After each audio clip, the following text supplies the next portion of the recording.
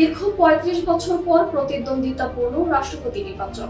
আর সেই নির্বাচনে দেশের ২৩তম রাষ্ট্রপতি নির্বাচিত হয়েছেন প্রবীণ রাজনীতিবিদ ও বিএনপির সদ্য বিদায়ী মহাসচিব মির্জা ফখরুল ইসলাম আলমগীর।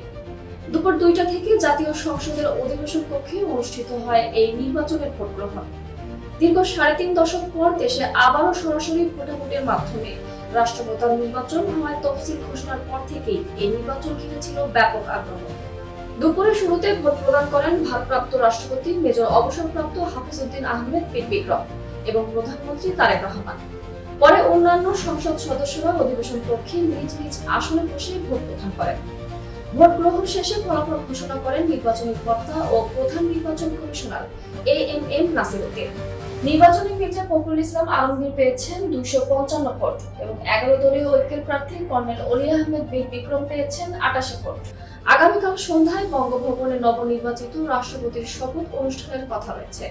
এর মাধ্যমে মির্জা ফখরুল ইসলাম আলমগীরের বিএনপির মহাসচিব থেকে রাষ্ট্রের সর্বোচ্চ সাংবিধানিক পদ অর্থাৎ বঙ্গভবনে জীবন শুরু হলো। সংবিধানের ৫০ অনুচ্ছেদ অনুযায়ী আগামী ৫ বছর তিনি দায়িত্ব পালন করবেন।